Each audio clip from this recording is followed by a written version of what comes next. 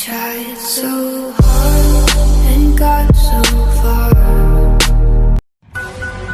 शौर्य, वीरता और बलिदान को एक शब्द में लिखना था।